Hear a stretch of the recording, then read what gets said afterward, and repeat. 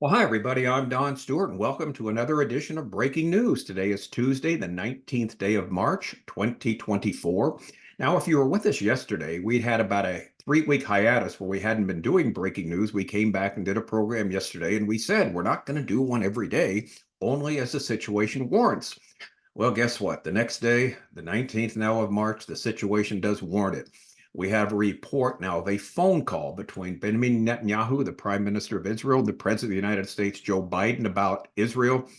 And our worst fears were realized, something we had predicted. We knew it was coming. It's funny how people are shocked about this. I don't know why, but we need to report on this because it's going to have long-reaching implications. Only one story we're going to do today, and that's this. Basically, in the phone call, Biden ruled out any support for a major operation in Rafah in his first call with the prime minister in over a month. After long indicating the U.S. could back offensive if the IDF ensures civilian safety, President Biden says he wants a more targeted approach. White House says PM agreed to send a team to discuss this issue. U.S. President Joe Biden effectively ruled out any potential support for a major Israeli ground offensive. On Monday, his national security advisor, Jake Sullivan, revealed this, changing course after the administration had indicated for months it could support an operation there under certain conditions. A major ground operation there would be a mistake. It would lead to more innocent civilian deaths, worsen the already dire humanitarian crisis, deepen the anarchy in Gaza, and further isolate Israel internationally, Sullivan said in offering a readout of the 45-minute call in his opening remarks at a White House press briefing. Now, the call between Netanyahu and Biden was their 20th time since they've talked since the October 7th massacre, horrific terrorist attack of Hamas on the Israeli citizens. But it's their first since the 15th of February. It came 4 days after the unprecedented speech, as we talked about yesterday, from longtime, it says pro-Israel stalwart, Chuck Schumer. He's not pro-Israel at all. Longtime leftist Democrat, supposed, supporter of Israel, who's a Jewish person, by the way, too, Chuck Schumer, calling for early elections in Israel to replace Netanyahu. He's the most senior Jewish lawmaker in Congress. And he said Netanyahu has lost his way and basically branded him an obstacle to peace, along with Hamas, the Israeli far right, and the Palestinian Authority President Mahmoud Abbas. Biden on Friday hailed the speech and said many Americans feel as Schumer does, though the White House clarified that elections were a matter for the Israeli people to decide. Schumer's remarks infuriated Netanyahu, as we talked about yesterday, who has accused the U.S. of trying to interfere in Israel's domestic politics. Now, the purpose of his press conference is to present the new hardened U.S. stance. It's the one Jake Sullivan did regarding a wide-scale Israeli operation in Rafah. Remember, Rafah is at the southern tip of Gaza.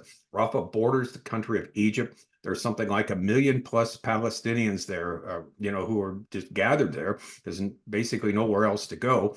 But this is the last bastion, the last holdout of the Palestinians, not the Palestinian, well, the Hamas's terrorist army. About a fourth of them still exist, and they're there in Rafah.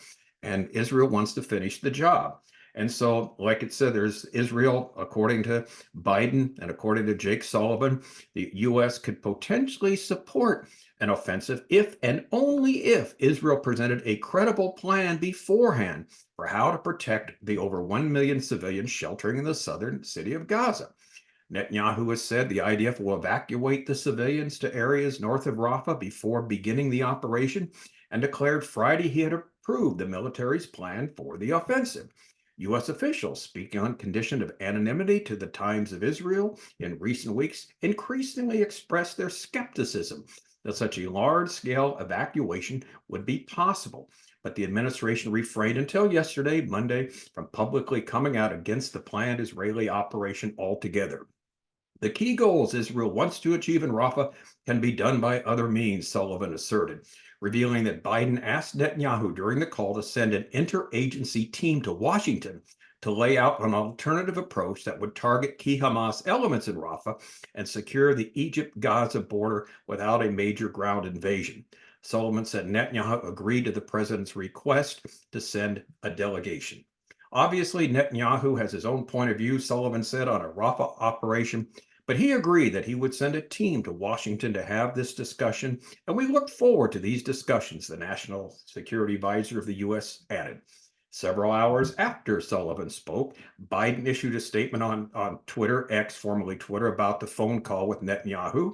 He said, I continue to affirm that Israel has a right to go after Hamas, a group of terrorists responsible for the worst massacre of the Jewish people since the Holocaust.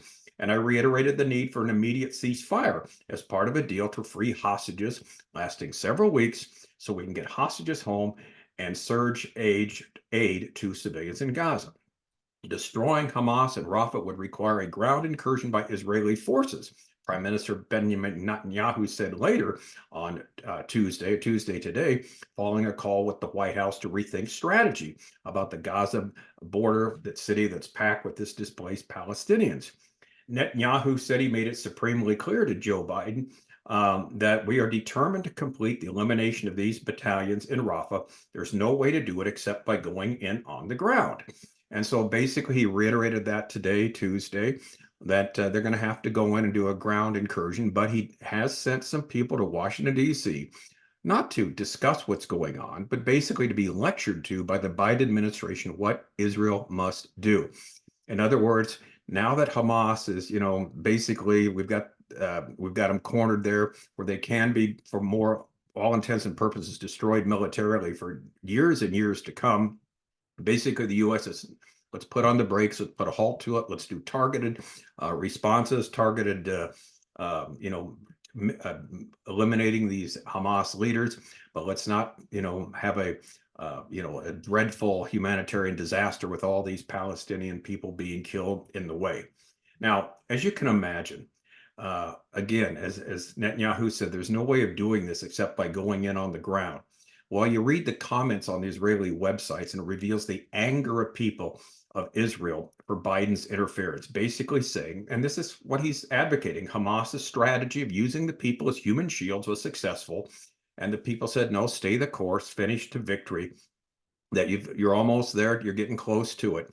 But it seems like the United States is stepping in. Now, yesterday we talked about them slow walking some of the weapons to Israel, so it would take time to Israel to have the proper weapons to do this. But now we see that they're telling him, no, we don't want you to do this at all. No full-scale military attack, but a targeted attack, which is, ridiculous. But also, too, as Netanyahu said yesterday, what in the world, and he's talking about Schumer's speech, are you talking to a sovereign nation, telling them how to win and how to fight a war? It's basically none of their business. The problem, of course, is, as we mentioned in the past here, thanks to former leftist Prime Minister Ehud Barak of Israel, Israel is basically dependent on the U.S. for the weapons that they're using. They had a chance a few years ago to start developing their own weapons to the degree they could kind of, get off the United States, ease off the need to use the United States. Barak made sure that didn't happen. And now Israel is basically, coming cap in hand to Biden asking, for weapons, get them there faster so they can continue the job to, destroy this organization that's trying to obliterate the nation of Israel, whose own charter Hamas has, calls for the destruction of the state of Israel. Now, just like we said yesterday, this story illustrates what we said. Sign number 6 of our 25 signs, we're near the end.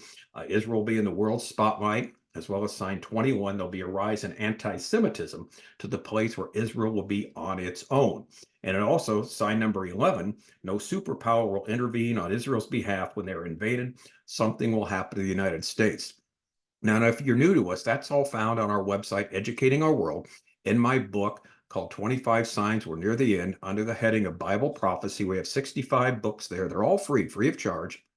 And you can download them for free and look at what we've said about the signs of the end, particularly these 3. Israel's going to be in the world spotlight, number 1. Number 2, they're going to be a rise in anti-Semitism to the place where they're basically isolated from the world. And number 3, the U.S. will not be a player in last days Bible prophecy. And we see all 3 things happening right now. And so this is a very sad story. And it's really interesting to read some of the comments. People are shocked. I can't believe a Democratic administration would do this. We've supported Israel as fellow Democrats. I don't know where they've been recently, but the Democrat Party has been hijacked by the left in the recent years. And the anti-Israel hatred that's there is palpable. So that's what we're seeing right now. So here's basically where we're at. This is a story that's going to have legs. It's going to continue. What will Israel do? Will they try to, go in with a full-scale attack on Rafah there and ending the Hamas terrorists there, getting rid of everybody necessary? Or will they have to cut back on what they need to do and basically allow Hamas to survive and do this all over again? See, what you're going to see too, and this is as sure as the sun rises in the east, if they do a full-scale attack, there'll be some type of explosion, some type of bomb, some type of massacre of all these civilians, which Hamas will do, but they'll blame Israel for it. And again, the news will get out around the world how a hospital was destroyed, or these poor civilians in these refugee camps were just wantonly killed by Israel, not caring about them. It's actually Hamas behind it. But again, perception's reality. They'll get the world perceiving that was Israel's fault. So this is terrible. But what it does, it furthers the United States going down, down, further south, away from, supporting Israel. And as we said, the last time we looked, Genesis 12, 1-3, still in the Bible, where God told Abram some 4,000 years ago, I'm going to bless those that bless you and curse those who curse you. And history has basically, as we've documented over and over again, proven this to be true. Those who have supported Israel, either individually or nationally, have been blessed. Those who have attempted to destroy Israel have been cursed. And the United States is bringing a curse upon itself. So anyway, this is a story we had to bring up today. It's late in the day, sorry it took so long. But we had to bring up basically because it's going to determine what's going to take place in the ensuing weeks and months. And it's not going to be pretty for Israel no matter what happens. So again, pray for the people of Israel. Pray that they'll get to know Jesus Christ as their Savior, because that's what we're all about here, getting the gospel of Christ out, the one way to get to the one God. And so pray for that and realize that God's program is going ahead on schedule. Everything's falling into place. Like we said, these 3 signs of the end are made very clear right now with the events that took place yesterday in the phone call. And again, today, Israel reiterating through Prime Minister Netanyahu, we have to finish the job. So let's see what happens. I'm Don Stewart. Again, thanks for watching. Until next time, and who knows when that'll be, may the Lord richly, richly bless.